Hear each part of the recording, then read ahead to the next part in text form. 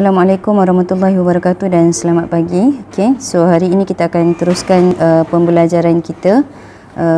Topik pada hari ini kita akan belajar berkaitan dengan leraian daya. Okay.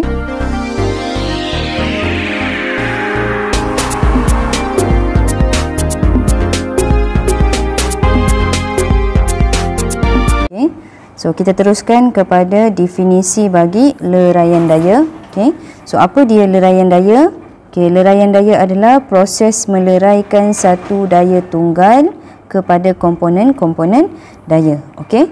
So kalau kita lihat pembelajaran kita pada kelas yang lepas, okay, kita diberikan dua daya. Okay, sebagai contoh ada satu daya yang bertindak pada komponen X, okay, dan satu daya yang bertindak pada komponen Y. Okay. Kemudian daya ini menghasilkan satu daya paduan iaitu F. Okay. So hari ini kita nak belajar tentang bagaimana daya F ini dileraikan kepada dua komponen iaitu X dan Y. Okay.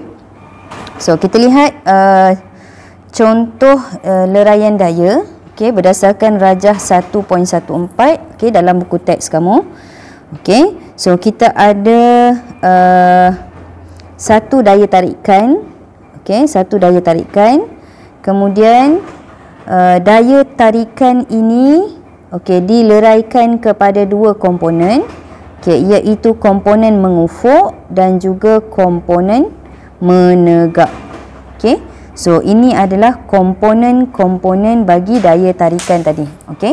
Okey, kemudian kita ada daya-daya lain yang bertindak pada budak ini iaitu berat budak dan juga tindak balas normal. Kemudian kita ada daya lain lagi iaitu daya geseran. Okey.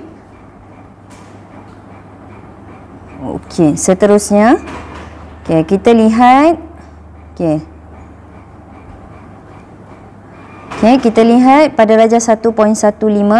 So ini adalah daya tarikan untuk budak tadi. Okay, daya tarikan F. Okay, so daya tarikan ini bertindak ke atas bongkah. So bagaimana kita nak leraikan daya-daya yang menghasilkan daya F ini? Okay, yang pertama kita lukiskan komponen mengufuk Fx dan komponen Fy di sisi F untuk membentuk segi 4. Okey. So daripada F tadi, okey, kita bentukkan satu segi 4 untuk menghasilkan, okey, komponen mengufuk iaitu Fx. So ini adalah komponen mengufuk dan komponen menegak itu Fy. Okey. Okey, kemudian langkah yang kedua, hitung magnitude komponen. So magnitude ni apa? Magnitude ni adalah nilai. So macam mana kita nak cari apakah daya yang bertindak pada komponen X? Okey, kita gunakan F cos theta. Okey, kenapa? Sebab komponen Fx ini adalah sisi yang bersebelahan dengan sudut ini. Okey. So kalau kita nak buat mengikut hukum ataupun teorem Pythagoras, okey, so dia akan jadi cos theta, okey, cos theta sama dengan sisi yang bersebelahan iaitu Fx per dengan hipotenus. Okey, di mana hipotenus ini adalah paduan daya ataupun daya tarikan tadi. So kita nak cari Fx ini, okey, kita nak cari sisi yang bersebelahan ataupun komponen mengufuk daya tarikan tadi. Kita susun semula, kita dapat F darab cos theta. Okey. Manakala komponen menegak, okey, manakala komponen menegak, so kalau kita lihat komponen menegak ni iaitu Fy. Okay, komponen menegak ini adalah sisi yang bertentangan. Okay, macam mana kita dapat sisi yang bertentangan? Komponen Fx ini kita gerakkan dia untuk membentuk satu segi 1/3. Okey, so kalau boleh dilukis mula, dia akan jadi macam mana? Okey, ini adalah dia punya daya tarikan ataupun daya paduan tadi. Okey, kemudian kita ada sisi ataupun komponen mengufuk. Okey, komponen mengufuk dia Fx. Okey, kemudian kita dah ubah kedudukan komponen menegak tadi. So Fy dia kat sini. Okey, so Fy ini adalah sisi yang bertentangan dengan sudut. Okey, maka kita guna sin theta sama dengan Fy per F. Okey, Fy sama dengan F. So Fy kita dapat F darab dengan sin theta. Okey, so ini kaedah bagaimana kita nak mencari komponen mengufuk dan komponen menegak. Okey. Okey, baik, seterusnya. Okey, so kita tengok okey, menyelesaikan masalah melibatkan daya paduan dan leraian daya. Okey, so kita tengok contoh ataupun penyelesaian masalah melibatkan daya paduan dan leraian daya. Okey, so kita tengok contoh 1 pada muka surat 15. Okey, rajah 1.19 menunjukkan sebuah bongkah kayu sedang ditarik oleh daya T. Okey, so daya T ini adalah daya paduan lah. Okey, yang mencondong pada sudut 30 darjah. So dia dah bagi nilai sudut kat sini 30 darjah di atas permukaan mengufuk. Jadual menunjukkan magnitude daya yang bertindak ke atas bongkah itu. Okey, so apa soalan dia? A, hitungkan magnitude komponen mengufuk. Okey, so komponen mengufuk apa? Fx. Ataupun kat sini dia guna T. So kita cari Tx. Okey, kemudian komponen menegak bagi daya tarikan T. Kita cari Ty. Okey, so itu soalan pertama. Kemudian soalan yang kedua, tentukan magnitude dan arah daya paduan yang bertindak ke atas bongkah itu. Okey, magnitude dan arah daya paduan yang bertindak ke atas bongkah itu. Magnitude tu apa? Magnitude nilai, kemudian arah daya paduan. Okey, kemudian C, berapakah pecutan bongkah itu jika jisimnya ialah 2.4 kg. So ini soalan yang ketiga. Okey, baik. Sekarang kita selesaikan soalan A dahulu. Okey, soalan A. Okey, apa maklumat yang diberikan dalam soalan? Kita ada daya tarikan 36 Newton. Okey, kemudian kita ada sudut daya tarikan tersebut dengan permukaan mengufuk iaitu 30 darjah. Okey, sudut condong dia sama dengan 30 darjah. So kita tulis sudut condong 30 darjah. Okey, kemudian daya paduan ataupun daya tarikan dia adalah 36 Newton. Okey, kemudian apa yang kita buat? Kita lukiskan semula daya tarikan ini. Okey, so sebelum tu kita tengok apa soalan nak tadi. Okey, soalan nak komponen mengufuk bagi daya tarikan ini Tx. Okey, dan juga komponen menegak bagi daya tarikan ini. Okey, so ini maklumat yang diberi dan maklumat yang kita kena cari berdasarkan soalan. Baik, so apa yang kita kena buat? Yang pertama kita lukis semula. Okey, so daya tarikan dia adalah 36 Newton. Okey, T sama dengan 36 Newton.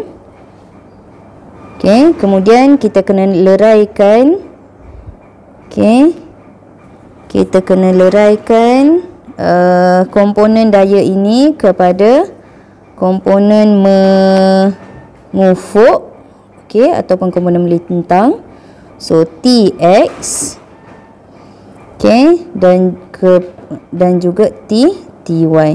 Okey, sudut dia tadi berapa? Sudut dia bersamaan dengan 30 darjah. Okey, sudut dia sama dengan 30 darjah. Okey, so macam cikgu dah terangkan tadi, komponen X adalah sisi yang bersebelahan dengan sudut 30 darjah, maka kita akan guna cos theta. Okey, cos theta. So Tx sama dengan T darab dengan cos 30. Okey. Kemudian untuk komponen Y, okey, iaitu TX. Okey, TY sama dengan T sin theta. Okey. Kemudian kita akan dapat selesaikan nilai untuk TX itu bersamaan dengan 31.18 Newton ke kanan. Boleh tulis ke kanan. Okey, kemudian untuk komponen menegak bagi daya tarikan, okey, T sin theta, okey, T sin theta boleh juga masukkan nilai dia 36 darab dengan sin 30. So kita dapat 18.0 Newton, okey, ke atas. Okey, selesai untuk soalan A. Okey, selesai untuk soalan A. Kemudian soalan B. Okey, soalan B. Okey, apa soalan minta? Okey, soalan nak kita cari magnitude dan arah daya paduan yang bertindak ke atas bongkah itu. Okey. So, okey, kita tengok daya yang bertindak ke atas bongkah ini. Apa daya yang ada? Okey, kita ada daya tindak balas, okey, R. Kemudian kita ada berat bagi bongkah tersebut. Okey. So, untuk komponen menegak, okey, komponen menegak kita kena cari berapakah daya paduan dia. Okey, untuk komponen mengufuk ataupun komponen melintang juga kita kena cari dia punya daya paduan. Okey, jadi kita akan selesaikan satu persatu. Okey, yang pertama komponen mengufuk dulu. Okey, daya paduan. Okey, komponen mengufuk. Okey, daya paduan komponen mengufuk ataupun melintang. Okey. So, apa daya yang ada pada komponen melintang? Okey. Macam biasa kamu lukis satu titik untuk mewakili bongkah kayu. So, pada daya yang bertindak pada sebelah kanan kita ada TX. Okey, tadi kita dah cari pada soalan A. Kemudian kita ada daya geseran ke kiri. Okey, so ni FR. Daya geseran ke kiri. Dah diberi juga dalam soalan daya geseran ni nilainya 20 Newton. Okey, 20 Newton. So, daya paduan F cap. Ingat balik apa definisi daya paduan? Daya paduan adalah hasil tambah daya-daya. So, kita tambah dua daya ini dengan mengambil kira arah dia. Okey, so daya mengufuk daripada daya tarikan tadi TX, okey, tambah ke kiri daya geseran FR. Okey, so TX kita dapat 31.18 Newton tambah daya geseran nilainya 20 Newton, kena ada tanda negatif menunjukkan daya itu ke kiri. Okey, so kita dapat 31.18 tolak 20 Newton 11.18 Newton. Okey, so ini adalah daya paduan yang bertindak pada komponen mengufuk ataupun komponen melintang. Okey, sekarang kita akan cari daya paduan pada komponen menegak. Okey, so apa yang kita kena buat? Sama juga, lukis satu titik mewakili objek. Okey, kemudian kita lihat pada gambar rajah. Okey, kita ada W iaitu berat objek. Okey, kemudian daya ke atas kita ada daya tindak balas R. Okey, kemudian kita ada satu lagi daya iaitu daya daripada tarikan tadi, komponen daya tarikan tadi pada paksi menegak iaitu TY. Okey. So berdasarkan gambar rajah jasad bebas ni, kita dapat buat satu persamaan. Daya paduan sama dengan W ke arah pusat graviti positif, W tambah daya yang melawan pusat graviti, kita jadikan dia sebagai negatif, tambah negatif R tambah negatif TY. Okey. Kemudian kita masukkan nilai W, dia dah bagi dalam soalan iaitu 24 Newton, tambah R sama dengan 6 Newton.